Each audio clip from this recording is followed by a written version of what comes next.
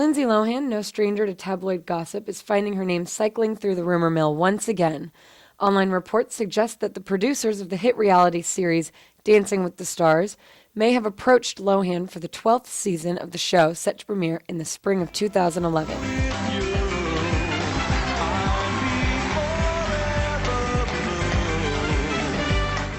This date just happens to coincide with Lohan's scheduled release from the Betty Ford Clinic, where she's serving a court-ordered rehabilitation program. While it's unclear if the starlet will be joining the cast, one question does remain. With a show that has publicly been described as demanding both physically and emotionally, is it wise for Lindsay Lohan to go from rehab to reality series? No, I think it's a tremendous, a very good idea, and I'm fully supportive of it for the following reasons. We do know that Dancing with the Stars is a very, very demanding, physically and emotionally demanding, so many weeks. I don't know how many weeks that it goes on, about 8 to 10 weeks. Well, and they start, the right. Celebrities start rehearsing very early. Exactly. So it's a very tough, very demanding schedule, and someone who's just in recovery, early recovery, which Lindsay will be, they desperately need structure, discipline, and support, and also an environment that's clean and free of drugs. Now, Dancing with the Stars, with all the problems that they have had, and by the way, I'm so glad that Bristol Palin didn't win, because that would have destroyed my faith in the whole show. I hope that they do something about their the audience participation, because it has become a joke. And I also feel that would be bad for Lindsay if they continue it in the same manner, where 50% is due to audience response. Because a lot of people may not like her and then will vote against her. So I think that they need to make it more realistic, and it should be closer in relationship to the actual talents of the dancer and how hard they work and so forth. So I hope that will be fixed. Having said that, if they make those changes, then I think it's a tremendous opportunity for Lindsay.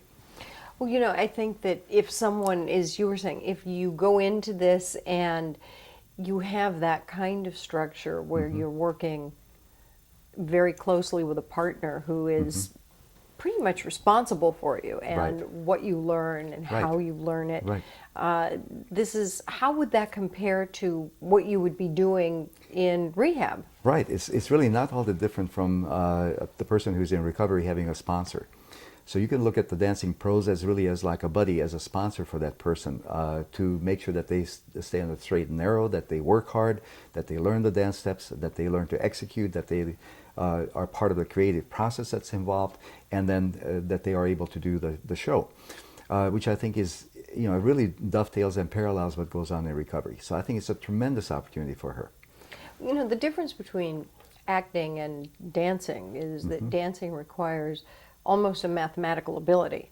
I mean, you have to be able to make the music work, but you also have to be able to coordinate your body as well as memorize. Right. So it involves a lot more. Yes. I mean, acting is a whole skill unto itself, but this requires a whole different level of communication and making and coordination. Yes. So would this also, because it would engage so many parts of her brain, how does that aid in overall recovery, in sort of making the circuitry bring it back together? Well, you know, we know for a fact, for example, that learning to play the piano and learning to play Bach and Mozart, essentially raises your IQ, improves your overall brain performance significantly.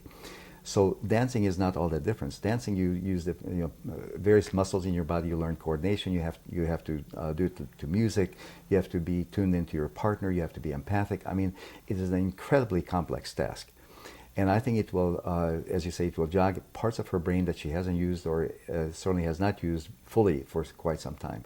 It will take her mind off herself, because one of the things that happens when you're in recovery is that you get very focused in on yourself. You really become totally narcissistic, even if you weren't before, because you have to focus 24 hours a day on yourself, your own recovery. You have to take an inventory of all the things that you did wrong, the things that you want to improve, if you're taking it seriously. Now, this will help take the focus off herself and focus on other people, the other person around her, the person that she's training with. And I think it will just cause her to take herself perhaps less seriously, and to realize that, hey, I'm talented, I can do things, and it will offer her it will jumpstart her career. It will also it will boost her self-confidence, which I think must be pretty much in the dumps right now, because she has just lost a huge movie contract in Inferno, and her career has tanked. I also wonder if, if you can get through those 20 weeks or whatever the number of weeks is, that might also help her be able to be insured again. Because Exactly. if she can get through all that. Well, I think what will happen, hopefully, if she does well, and as I say, if she fully seizes this opportunity, I mean, seizes the day, carpe diem, where people will see that, she's a nice person, she has a lot of great qualities, and people will identify with her, and because, again, we love to see, a sinner do well, someone who, we love to see, give people a second chance. That's the nature of Americans. So I think we'd love to give her a second chance, provided we feel that she deserves it. And so this is her chance to redeem herself, to revive her career, to jumpstart her career. And my guess is that she will get all kinds of offers as a result of this. And hopefully she will make the right choices of these offers, and then she can maintain the discipline and the structure that she has developed there, and will stay away from drugs and from the bad company that she's had. Well, it'll be interesting to see what happens. But this is something that we'll probably know sooner rather than later, because they'll have to make an announcement in the next couple of months, and the celebrities start dancing. Sure. They start practicing well before the show ever goes on the air. And I think it would be great for Dancing with the Stars to sort of get this extra kudos that no one has ever thought about, that this is actually part of people's rehabilitation.